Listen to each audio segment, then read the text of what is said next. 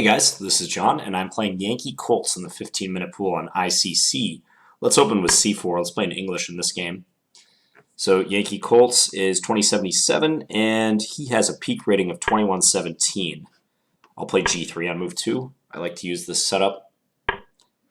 And it's possible we could get a Bottonic variation, but no, he plays D5.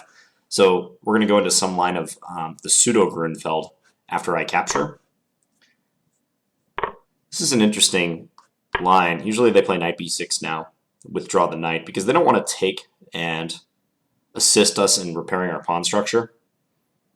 So knight b6 can be played, after which there's a lot of approaches white can adopt. I'll probably adopt one with d3 and bishop d2. Pretty simple. But remains to be seen what he'll do. Yeah, compared to a normal Grunfeld, white has not occupied the center yet, so that's interesting that he takes. I do want to take with the b-pawn.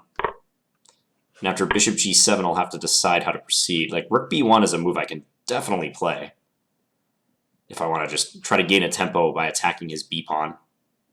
There's a trap here. Like, if rook b1, I think I'll play this move, it's useful.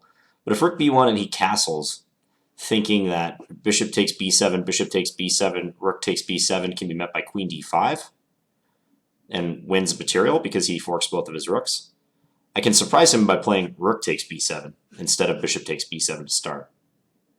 And that will win a pawn for white.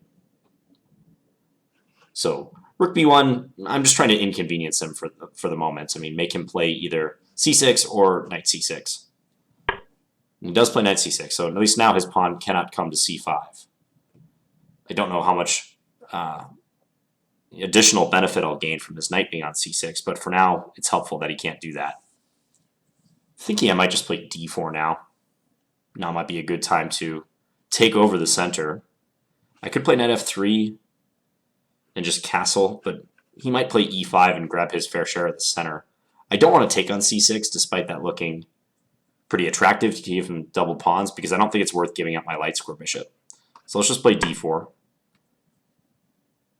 Seize the central space that is on offer. Now, assuming he castles now, I have a choice between playing e3 or e4. It's an interesting one. I sort of like e3, maybe inspired by my Grunfeld game with Bulletproof a few days ago, where I put this setup to good use. Yeah, let's do that. In that game, Black's pawn was on c5 and his knight was behind it, which gives him more pressure on d4. So here, my d4 pawn is looking like a very stout defender. I'm just a fan of this approach, like playing knight e2 here after.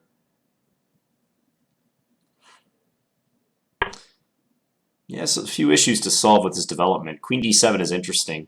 Point of queen d7, I believe, is he wants to go b6 and bishop b7. Is his plan. So let's say knight e2, b6, castle, bishop b7. I probably have a moderate advantage there, but his coordination looks reasonable.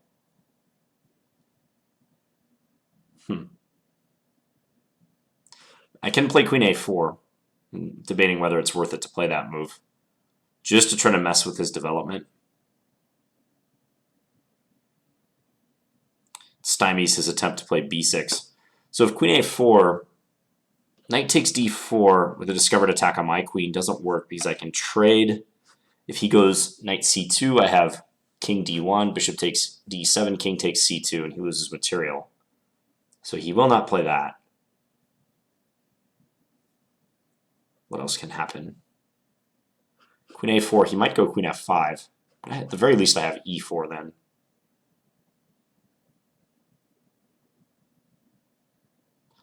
Maybe queen a4, rook d8 is annoying. Renewing the threat of knight takes d4, sort of.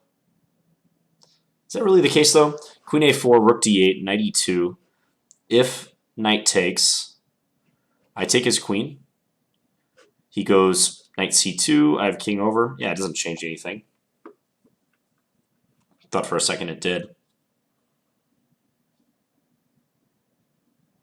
This looks intriguing. I'm going to give it a shot. After scanning the position, I don't see a harmonious way for him to continue, so if I can just play this one move and frustrate his development over the next several moves, I will consider it a useful move, Queen A4.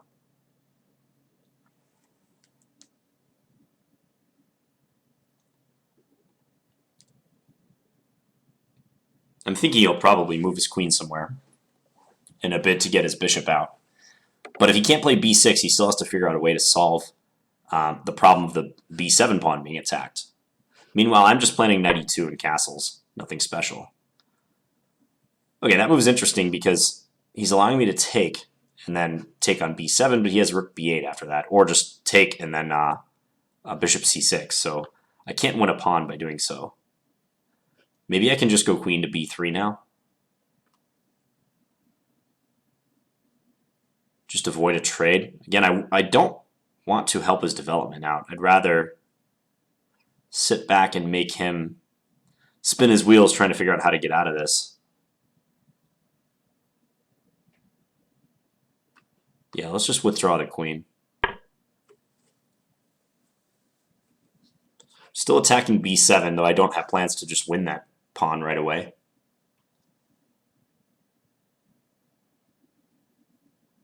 Now my rook on b1 is defended, so if like queen f5, I don't necessarily have to play e4. I could continue knight e2 if I wanted. If queen d6, I like the fact that I have bishop a3, attacking the queen and the pawn behind it. He can strike at my center with c5 or e5, but I'll still play knight e2 against either one of those.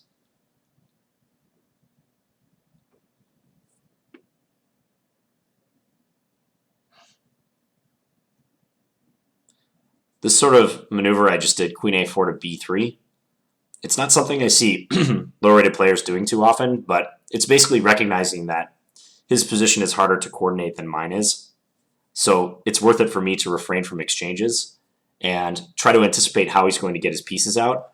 Like with that queen d7 move, I was anticipating he was going to play b6, bishop b7, and taking appropriate action against that. I haven't harmed my position in any way. It does cost me some time, this is true, but I think it's better to do this and stop him from coordinating while I have a chance.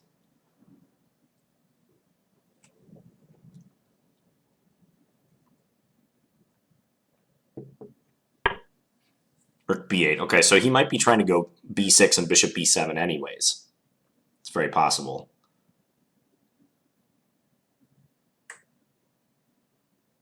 I think I'll just play knight e2 against this.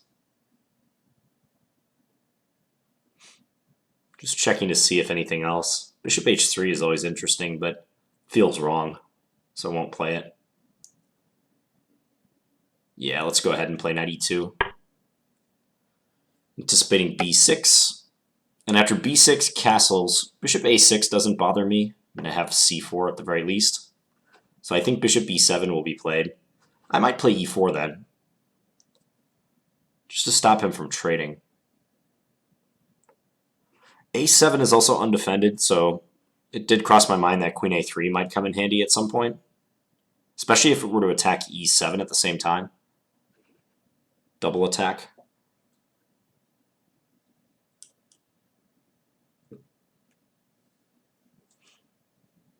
Time-wise, we're about even.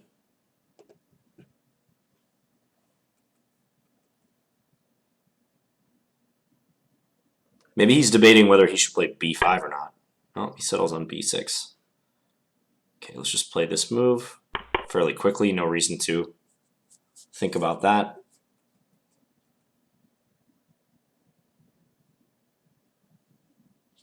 Yeah, I think I would like to keep the light square bishops on board if I can. So if bishop b7, the tentative plan right now is to play e4. Also gives me options with my dark square bishop. Maybe I can park it on e3. That would be a good square.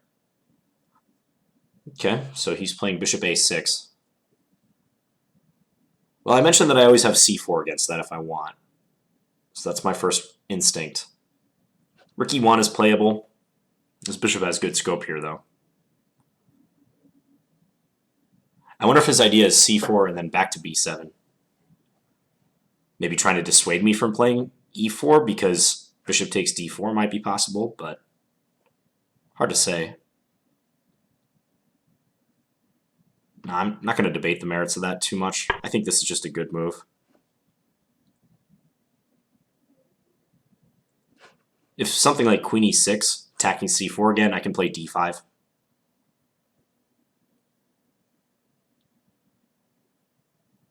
If bishop b7, e4, bishop takes d4, it'd be very interesting to play just knight takes d4, queen takes d4, bishop b2, and try to gain compensation and counterplay down the long diagonal, which has been weakened by him. I'm only giving up one pawn there, but his dark squares will be weak indefinitely. Okay, this is a weird plan. He's threatening knight a5. Fork on my queen and my pawn. He's also taking away squares from this piece, though. But I have to respect this threat. This is creative. It's a creative idea from YankeeColts. Thinking bishop d2. So if knight a5, I could just take it and take on b8 after that. If bishop d2, knight c5, I can just drop my queen back. The point of knight c5 is that if pawn takes, he has queen takes d2. But yeah, I can just drop my queen back. If bishop d2, pawn c5, I can always push d5. I can always do that.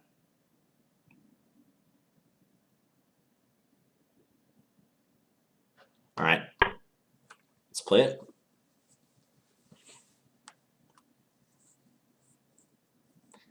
I didn't anticipate this at all. Bishop a6 and knight b7. It looks really weird, but it may have some merit.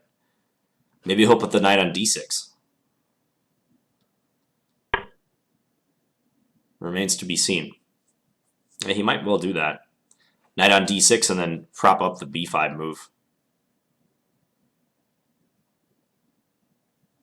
It's definitely unusual.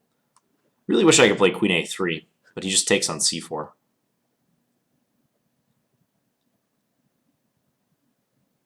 So that's out of the question. d5 looks normal, but after knight d6, he's attacking this. Say I go rook f(c1). I'm just kind of concerned about b5. He gets a lot of activity out of that deal.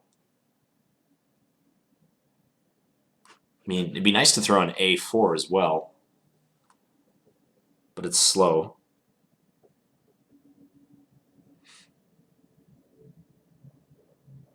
So let's say I play rook fc1. Or rook bc1 even. Let's say rook bc1. If he takes on d4, I take. He takes with his bishop. Or maybe I take with my knight. Let's say I take with my knight. So I'm sacrificing a pawn, but I feel like I get some pretty decent compensation out of that. Let's speculate on that move. Just want to make sure I use the right rook. Maybe I should use the other rook so that if rook fc1, knight d6, I can take on c5. And if he takes back, I can take on b8. But then again, if rook fc1, he takes d4 twice, I'd rather my rooks be on different squares. You know, I think I can make that position work, though. So I'll do this. It's useful to keep the rook on b1 for now. If he plays some neutral move, like say rook fd8 or rook fc8, my plan is to go d5 so that knight d6 can be met by a4. And then I won't have to worry about b5. I'm really trying to stop the b5 move.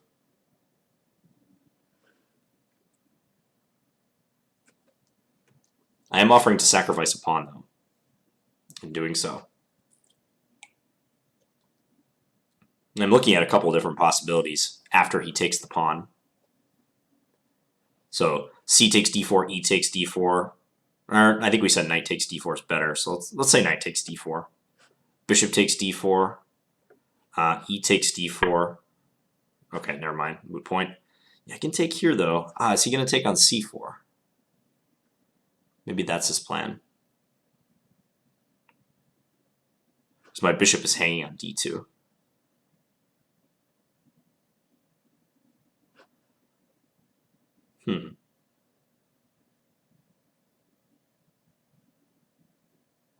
Yeah, he could take either way on c4. D takes c5.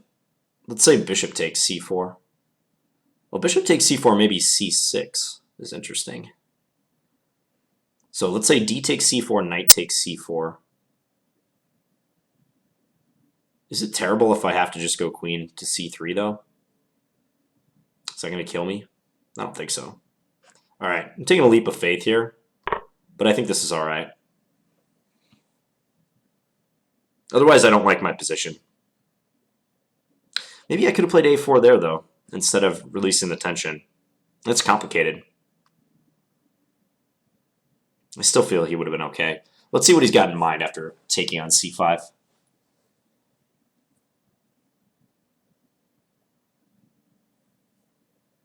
I noticed this guy's 5-minute rating wasn't so high, so I feel like if it gets into something tactical with little time, I have the advantage. Okay, so I can take on b8 and get 2 rooks. This is a no-brainer. Because check. If I don't do that, I'd probably just lose c4. That's clearly not what we're looking for. I might lose c4 anyways now, but if bishop f8, maybe I can go e4 and get my dark square bishop working towards bishop h6.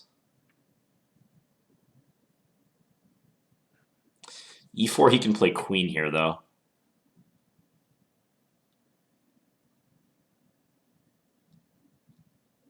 It'd be nice if my rooks were a little more coordinated.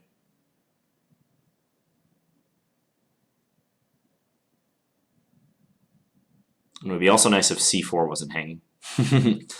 But we're going to have to live with this position. So let's say e4, he plays queen c7. e4, queen c7, I can just retreat, like rook back to b1. Knight takes c4, bishop c3, something like that. e2 is kind of loose, though.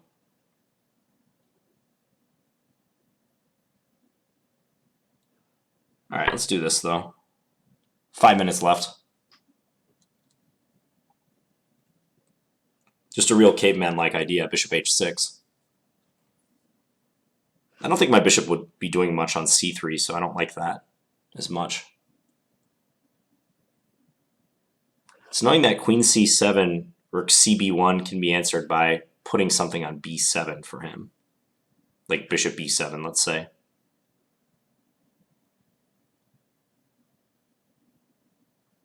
Even that is interesting, though, after e5.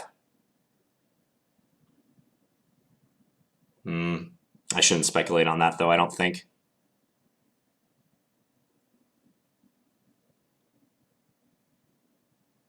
Yeah, I don't think that's any good.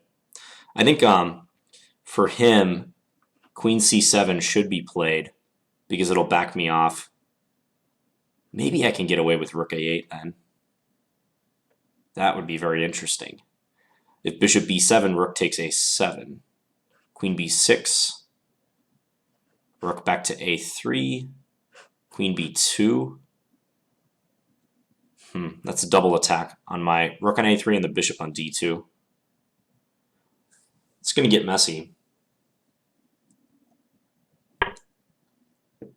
Really thought he'd want my rook off the back rank, but he's saying he's okay with that for now.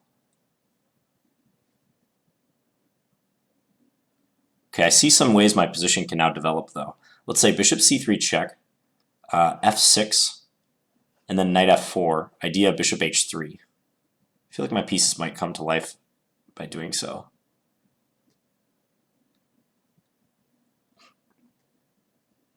So he's addressing bishop h6 with that last move. Could go knight f4 right away. That's not as forcing. Let's do this. Check. I probably will have to move this bishop anyways because it is undefended on d2. Okay, so now the plan is this move. It's very interesting. Bishop h3 is a strong threat. Because if I get into e6 with my knight, it could be lights out. At the very least, he'll lose his bishop.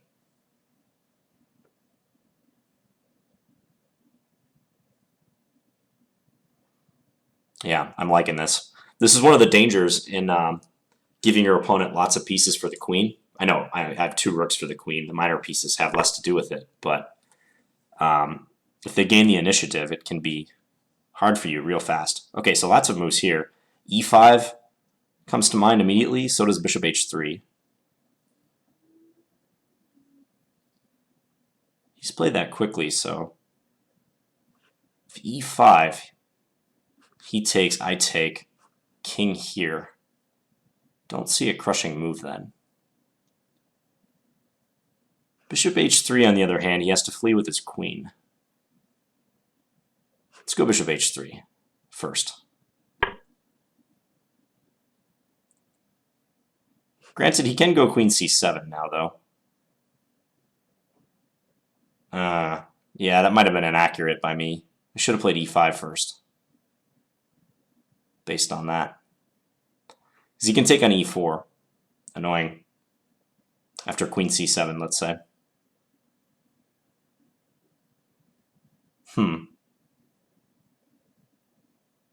Yeah, e5 immediately would have been better. Queen c7, can I go rook cb1? And if knight takes, maybe cause some trouble on the... Yeah, that's what I'll do.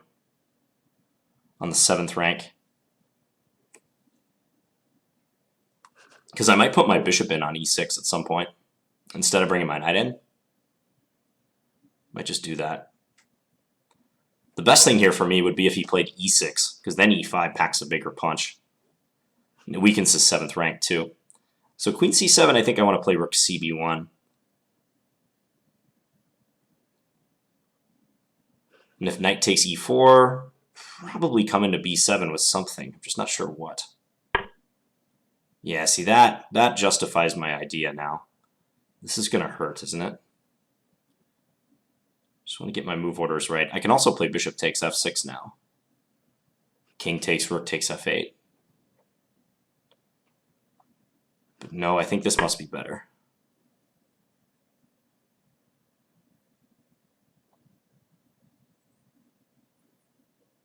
Lots of trouble on the 7th rank now.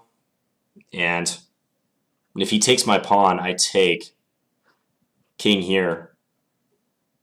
There's a lot of heat coming down. I mean, even a simple move like rook d1 then would give him big trouble. Probably would play rook b1 though, I think is what I'd lean towards.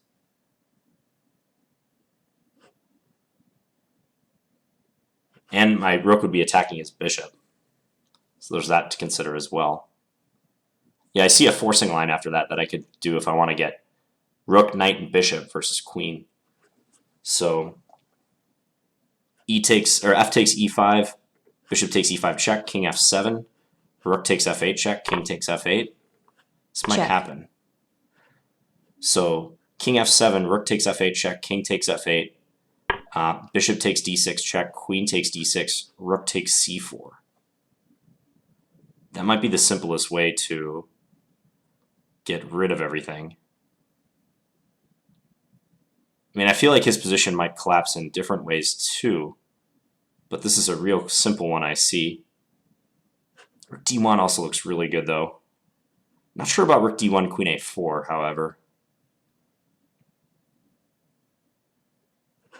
So rook takes f8, king takes f8, bishop takes d6, queen takes d6, rook takes a4.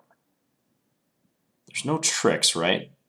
Queen d1, I always have bishop f1 if necessary. Yeah, there's no tricks there. Check. Okay, let's do this. Check. So I'm simplifying the position pretty considerably. He can throw an e5 right now if he wants. I did see that I always have knight e6 check, but e5 is like somewhat awkward. Check. I can just do this and then go take the c5 pawn. That's no problem. Probably take it with my knight too. Yeah, he resigned. All right, yeah, tactical flurry at the end. I'm at 23-47 after that game. Let's have a look.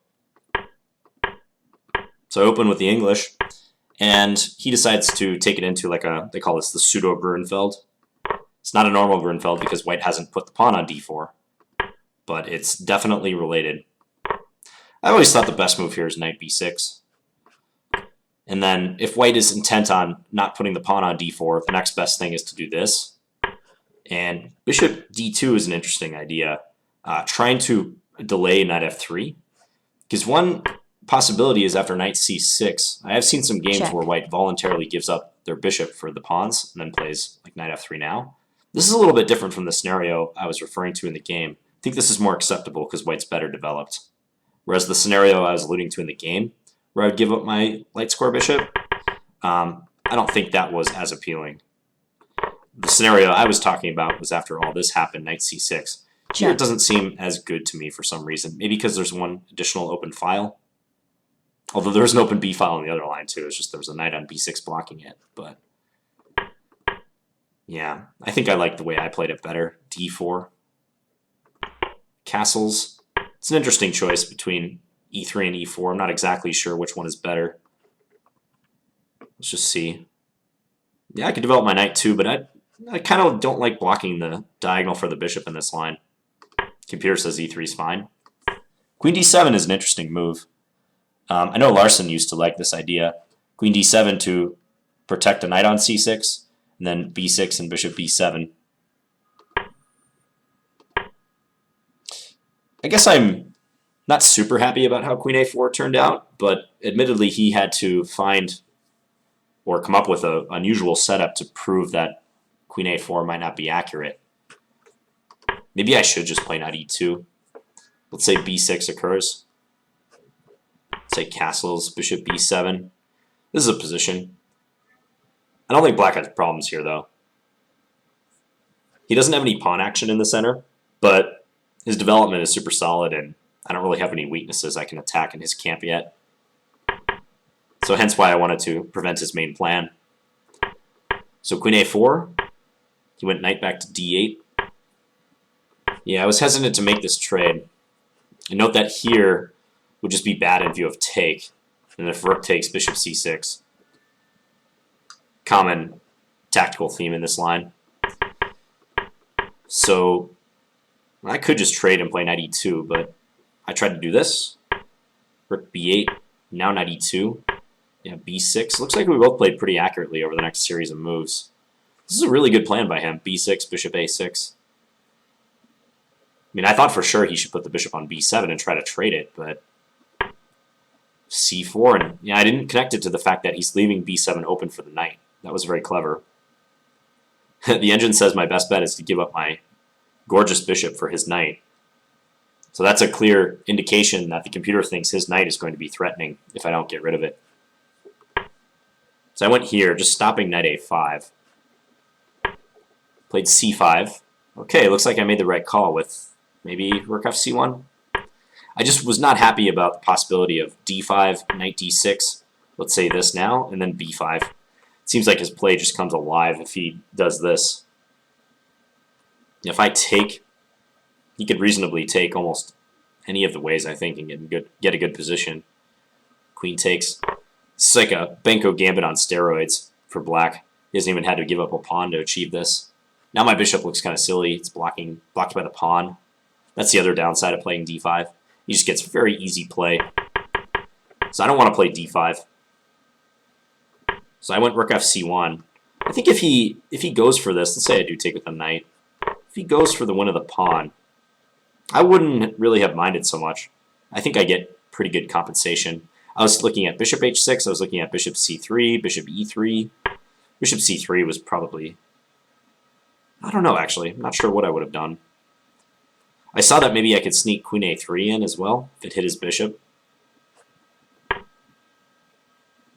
Yeah, bishop g5 is also a move. It's a good point the engine is making. You do have to worry about knight a5, though, and taking on c4. Let's follow the engine's line. Bishop e3, queen f6, queen a3. Yeah, attacking the bishop. And if this, I assume c5 is good. Trying to destabilize the knight, get rid of its defense on b6. So he correctly did not go for the pawn. He instead played knight d6. And here I did take. Yeah, it's interesting that the computer doesn't like that. And again, this is the reason why I used the F rook to come to c1 rather than the B rook. I wanted the option of B takes c5. This move is hard to resist because, I mean, if I have to play something passive like bishop e1 or something, I don't know. What about a4? I saw that a4 was possible at the last moment, but I thought if, like, say take, let's just say I take with a pawn for argument's sake. Rook f c8. This also seemed like an easy position for black to play. His structure is better. I have one more island than he does. I have 3 pawn islands. He has 2. He's got easy pressure on c4, and I can't push the c pawn because of the knight behind it being undefended.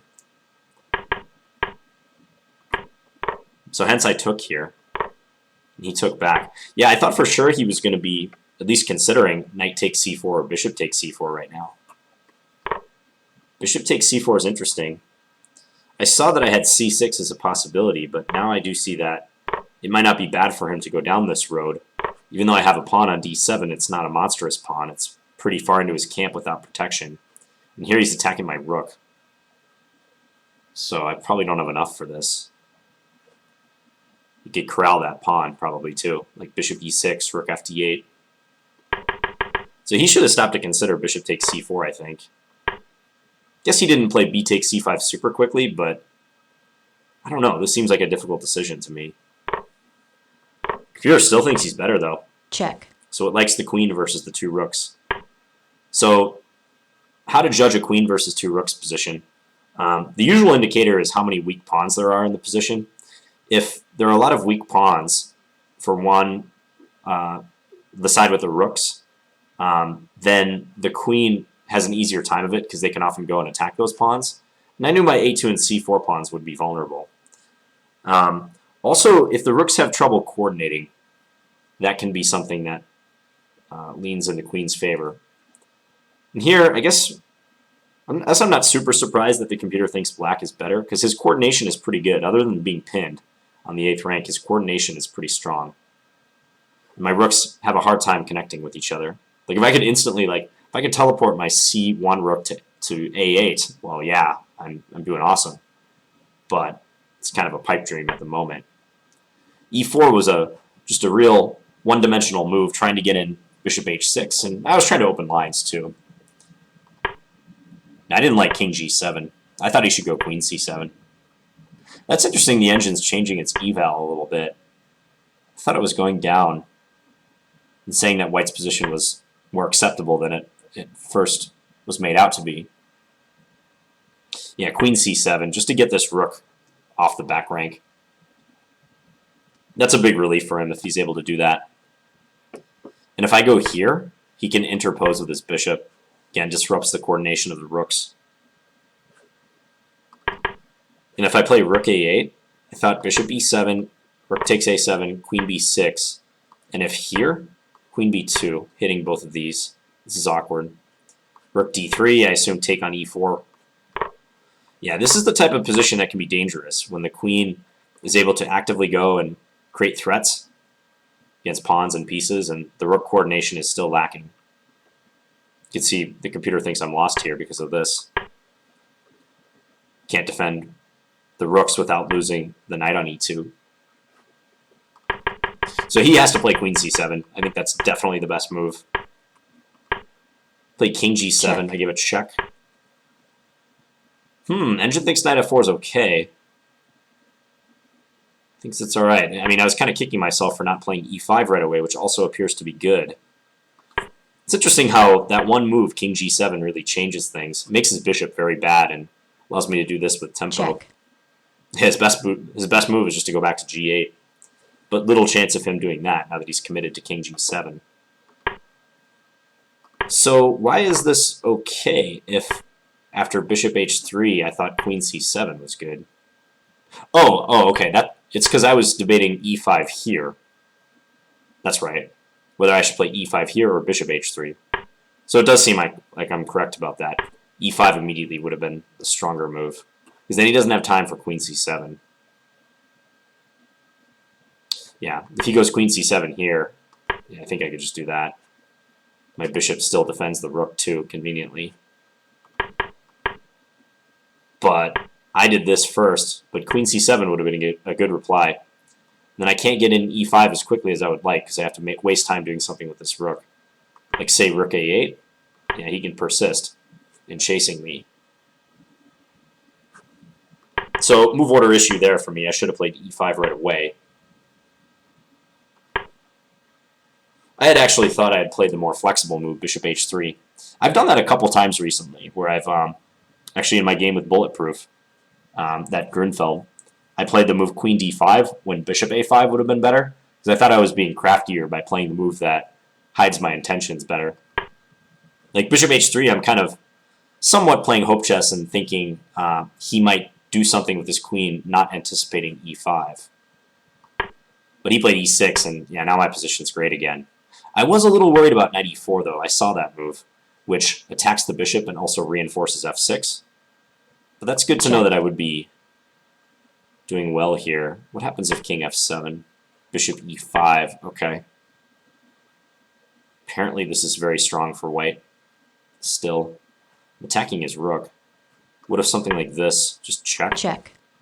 This position's collapsing. Here, check. King d8, rook cb1. Letting him take on f2. I'm still winning, though. It's kind of crazy. Wow. I guess because I'm threatening, like, check, and then the other rook comes in. King flees to c6, check on c7, that would be mate. Yeah, so that's the threat. Rook b8, king d7, rook 1 to b7 check, king c6, rook c7 mate. He has a hard time stopping that. I do have a lot of pieces in the equation. It's just, I don't know if I would have played a line like this, allowing queen takes f2. But yeah, his capture on e5 was too accommodating. He should have looked for something like knight e4 or knight f5. Check. Okay, so here, yeah, I wasn't sure what the best way was to win. I thought rook takes f8, while looking good, might not be the easiest. This is a nifty one, too, that the engine suggests. Yeah, I didn't see that. Like, eliminate the defender of e6. Check. So this would also have been strong, because his bishop's under attack. Yeah, I'm just going to be up, what, an exchange? King takes e6. Yeah, bishop a1. It says this is winning, but, you know, we would have very little time left at this point. Could be a little tricky to make sure his knight, c-pawn, and king don't cause me too much trouble. I think I like the line I played because it's simple. Check. And it clears a lot of the pieces off the board. Check. It's all forced, too. Yeah, I think he's busted. He's likely to lose the c or the e-pawns or both. He could throw in this check, but I always have bishop f1 if I want it. Yeah, and even if he comes back to defend, like this can be met by rook takes c5. Because if queen takes, I have knight takes e6 check, winning the queen, the fork. Yeah. e5, rook d5. Okay. Yeah. I'm glad I saw that rook takes f8 move at the end. Check. Yeah, and after e5, knight e6 check, he resigned. I was planning on, say he played king e7, I was planning on taking here with a knight. And if check, just playing bishop f1. Notice that king g2 would not be as good because of this move. Fork on the king and rook. And if the rook blocks, then queen takes here, and it's an entirely new ball game. But bishop f1, and I would slowly look to clean up his pawns. And I think I would succeed because it's pretty straightforward. I have everything defended. I can defend my a pawn too if necessary. He can't push his e-pawn. This would be a straightforward win for white, so long as I keep his counterplay under wraps. So summing up this game, yeah, this is one that might deserve further analysis because it was pretty complex. I'm impressed that he found bishop a6, and then knight b7, and then c5. This was a great idea.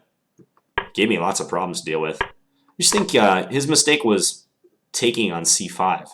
I think he should have gave some serious thought to bishop takes c4, or maybe knight takes c4.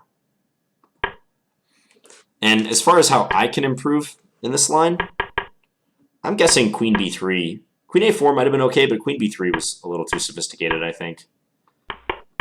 Yeah, and also maybe I shouldn't put the pawn on c4. I should maybe play rook e1, and positions roughly equal, I'd say. All right, well, I hope you guys enjoyed this Pseudo-Grunfeld battle. I'll be back tomorrow with another 15-minute game. If you have any feedback, feel free to leave it in the comments. Thanks for watching, guys. Bye.